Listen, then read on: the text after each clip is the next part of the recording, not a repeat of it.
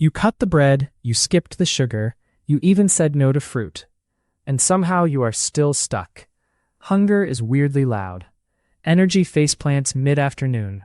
The scale barely moves, and those ketone strips stay stubbornly blank. It feels like your body is ignoring the rules you are following. That is not a willpower problem. That is a plan mismatch, and fixing it is way more mechanical than you think. Moving to slide 2. Low carb and ketosis are not the same contract. Low carb is about lowering glucose coming in. Ketosis is about your liver making ketones because your body cannot or will not run mostly on glucose anymore. You can eat low carb and still never build meaningful ketones if your body keeps choosing a cheaper fuel. Cheapest does not mean healthiest. It means easiest to access right now.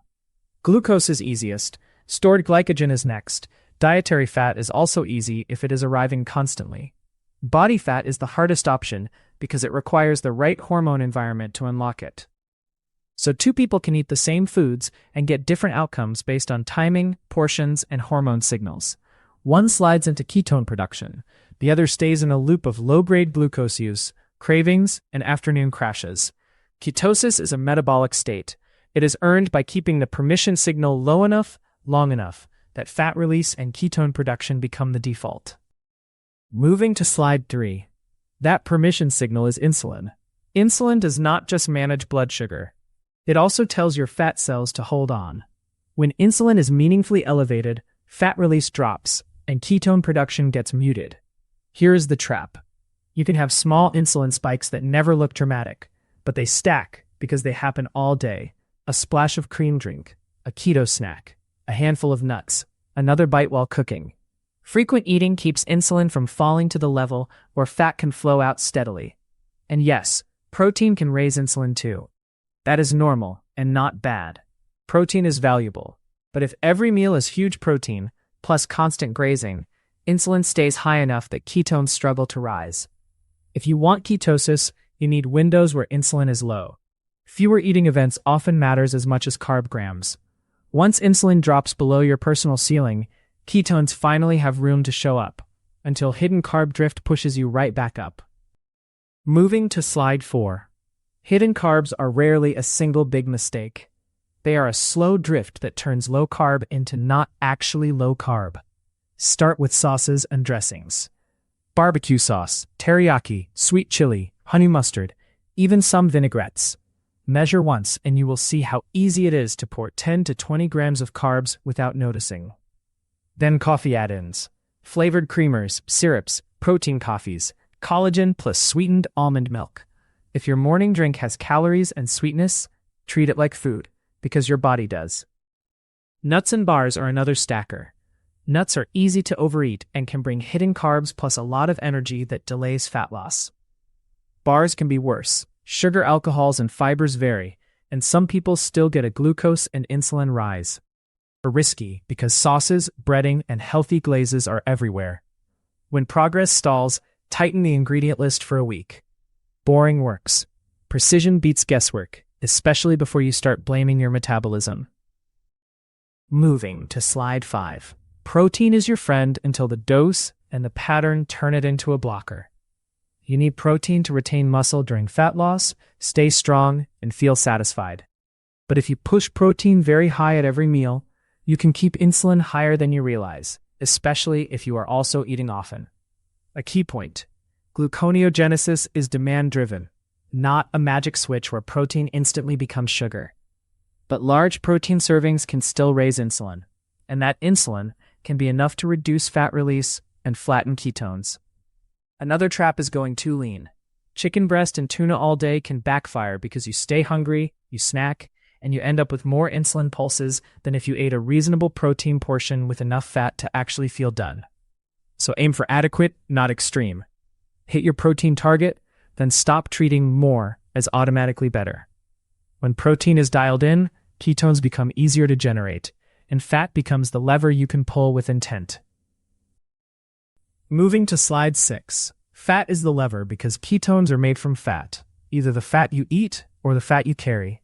If you keep dietary fat too low while also cutting carbs, you often end up with a double problem. You are not giving your body enough incoming fuel, but you also have not built the machinery to access body fat smoothly yet. That gap is where cravings, irritability, and late-night pantry raids show up. Early on, use fat strategically. If your goal is fat loss, you still want enough fat at meals to feel calm and satisfied, but not so much that you are constantly over your daily energy needs. If your goal is therapeutic ketosis or performance, you may deliberately push fat higher. Also pick fats your gut tolerates. Too much added oil, heavy cream, or fried fat can trigger nausea or loose stools. Many people do better with whole food fats like eggs, avocado, olives, salmon, and fattier cuts of meat. Use fat to make the plan sustainable, not to fight your appetite all day. Get that right, and the rest gets easier.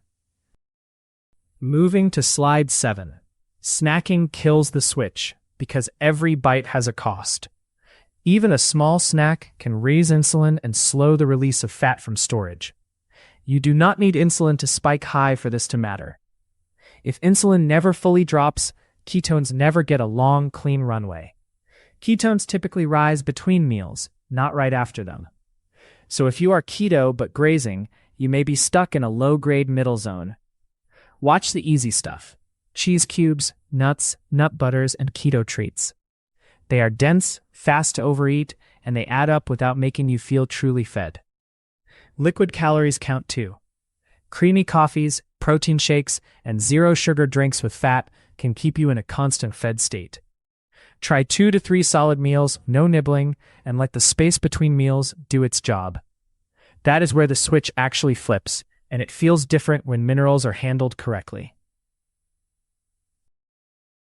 Moving to slide 8.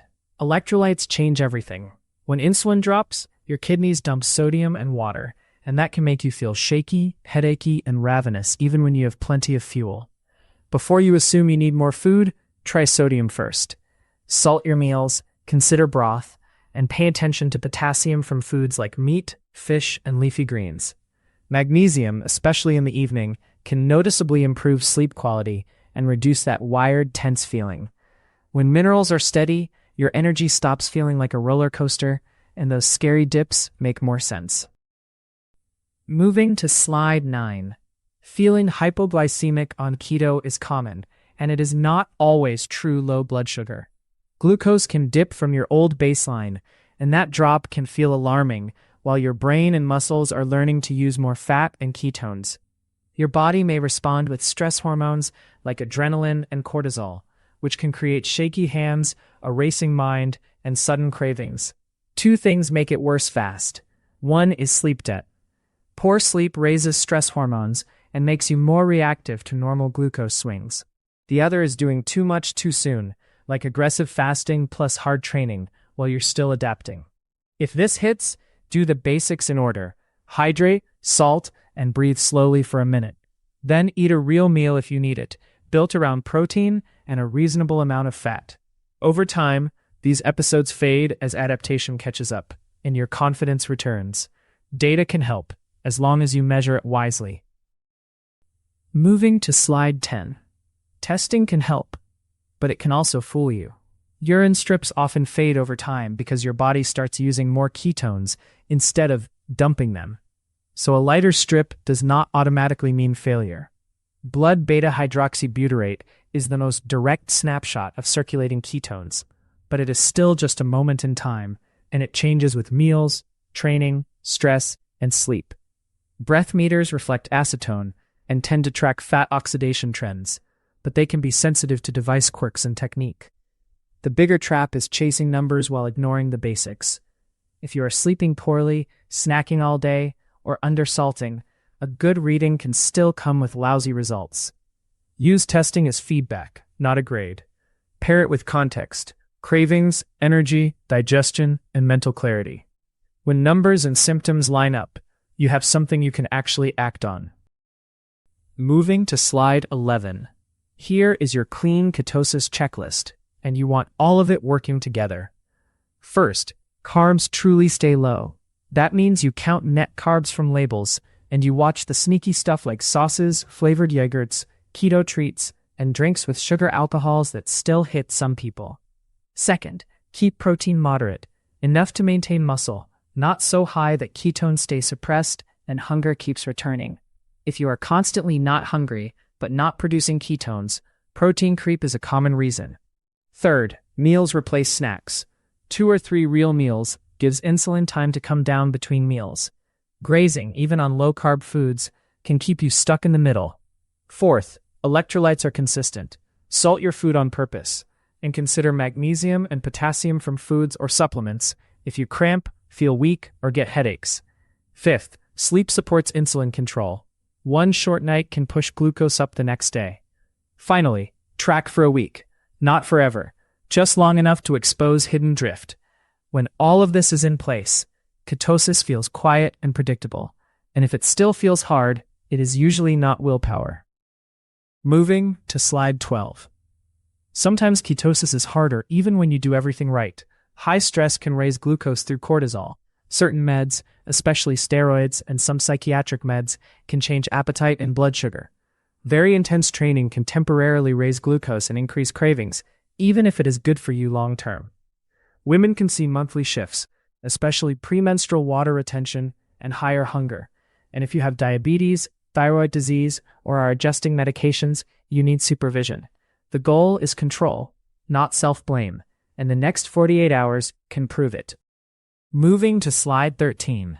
For your next 48 hours, keep it simple. Audit carbs with labels and portions, and write down anything that is not a whole food.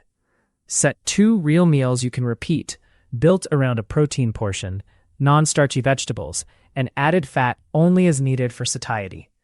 Cut snack substitutes, including bars, keto sweets, and constant cream in coffee. Salt your food deliberately at both meals, and drink to thirst. Pick one testing method and stick to it for 2 days: blood ketones, breath, or urine. If this helped, subscribe for more. Comment with your biggest ketosis roadblock. This content is for educational purposes only and is not medical advice. Talk to your clinician before changing diet, exercise, or medications. Metabolism first. Everything else follows.